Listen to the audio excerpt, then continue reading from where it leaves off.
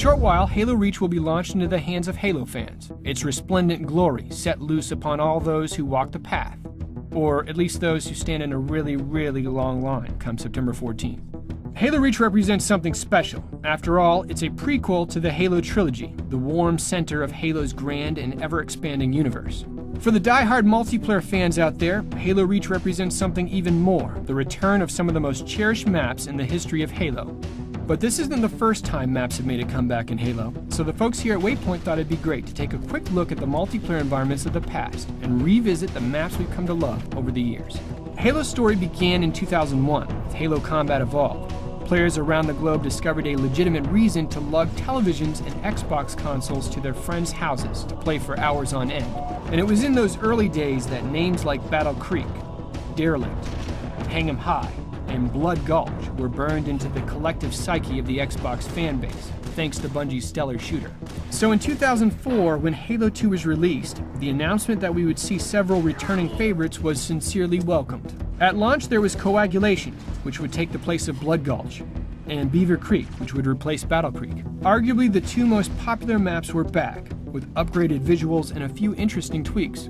In the summer of 2005, Halo 2 would also see the return of Wizard in the form of Warlock, and the Longest into a map known as Elongation. It wouldn't be until early 2007, only months before Halo 3's release date, that we would also see the return of Hang 'em High and Derelict from the first Halo game, coined Tombstone and Desolation respectively. But even in the twilight of Halo 2, many people recognized that some of the most popular maps from the game had been brand new, never-before-seen playspaces. Arenas like Lockout, Midship, Zanzibar, Sanctuary, and Ivory Tower had taken center stage, so as Halo 3's collection of multiplayer maps were revealed, and as they grew over the years through DLC, we weren't terribly surprised to see some of these classic maps once again return.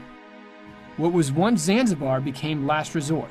Maps like Valhalla and Avalanche, although not officially remakes, became the spiritual successors to Blood Gulch and Sidewinder. Lockout became Blackout, and Chillout became Cold Storage.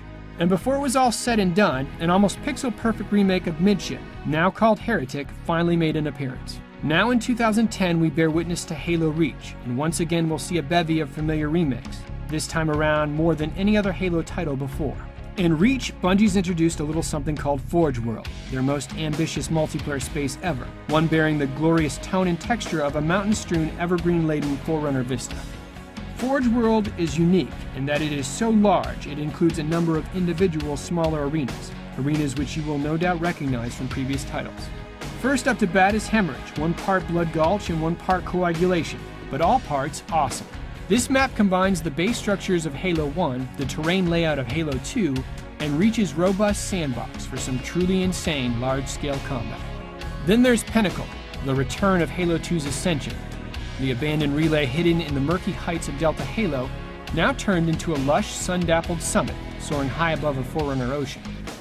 And Asylum, the symmetrical sanctuary of Halo 2 fame, a memorial relic fashioned by the gods. Now this fan favorite hangs on the edge of a cliff at the highest point in Forge World, offering a breathtaking view.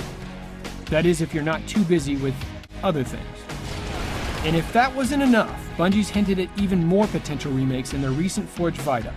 And outside of Forge World, located somewhere on the surface of Reach, you can find Reflection, the elegant and graceful remake of Halo 2's Ivory Tower.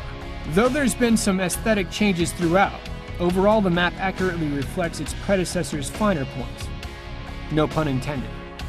Halo Reach is set to break all expectations and finally give players an opportunity to return to the classic maps of yesteryear, whether by offering it outright or letting fans make their own versions in the incredible and unprecedented Forge World.